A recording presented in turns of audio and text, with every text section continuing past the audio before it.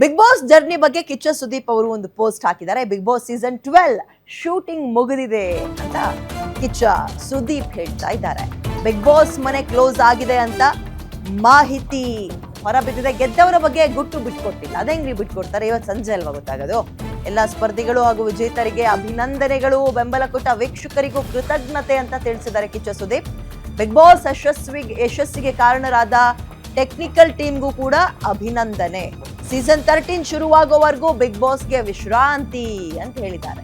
ಹಾಗೇನಿದು ನವೆಂಬರ್ನಲ್ಲಿ ಶುರುವಾಗ್ತದೆ ಅಂತ ಅಕ್ಟೋಬರ್, ನವೆಂಬರ್, ಡಿಸೆಂಬರ್ನಲ್ಲಿ ಅಲ್ಲಿ ತನಕ ಬ್ರೇಕ್. ಅಯ್ಯಪ್ಪ, ಇದೊಂದು ರೀತಿ ಧೋ ಅನ್ನೋ ಮಳೆ, ನೋ ಡೌಟ್. ಅದರಿಂದ ಸುಮ್ಮನೆ ಬಿಗ್ ಬಾಸ್ ಅಂತ ಕಾಲ ಎಳೆಯವ್ರು ಹೇಳ್ತಾ ಹೋಗ್ಬೋದು. ಬಟ್ ಬಿಗ್ ಬಾಸ್ ಅನ್ನೋದು ಆರಂಭ ಆದಾಗ ವೀಕ್ಷಕರ ಹಿಡಿದಿಟ್ಕೊಳ್ಳುವ ತಾಕತ್ತು ಅದಕ್ಕಿದೆ ಅಂತ ಕಳೆದ ಇಷ್ಟು ಸೀಸನ್ಗಳನ್ನ ಅದು ಪ್ರೂವ್ ಮಾಡ್ಕೊಂಡಿದೆ. ಎಂಟರ್ಟೈನ್ಮೆಂಟ್ ಝೋನ್ ಅಂತ ಬಂದಾಗ ಸೊ ಅದು ಮುಗ್ದೋಗಿದೆ. ಆ್ಯಂಡ್ ಈ ಸಲದು ನಿಜಕ್ಕೂ ವಿಭಿನ್ನ ವಿಶೇಷ ಅಂತ ಹೇಳ್ಬೋದು.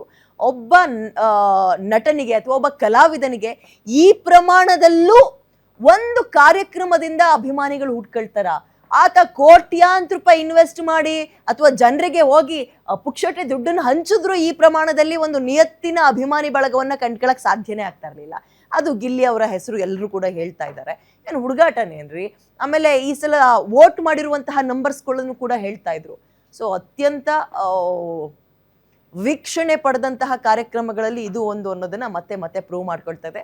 ಸದ್ಯಕ್ಕೆ ಬ್ರೇಕ್ ಬಿದ್ದಿದೆ. ಇವತ್ತು ಸಂಜೆ ಒಂದು ಫಿನಾಲೆ ನಡೆಯುತ್ತೆ. ಟ್ರೋಫಿ ಯಾರ ಕೈಲಿರುತ್ತೆ ಅನ್ನುವಂಥದ್ದನ್ನ ನೋಡ್ತಾರೆ ಜನ. ಬಿಗ್ ಬಾಸ್ನ ಫಾಲೋ ಮಾಡ್ತಾ ಇರೋರು ಕಾಯ್ತಾ ಇದ್ದಾರೆ ಅಷ್ಟೇ. ಮತ್ತೆ ನೆಕ್ಸ್ಟ್ ಸೀಸನ್ 13ಗೆ ವೆಯ್ಟ್ ಮಾಡಬೇಕು.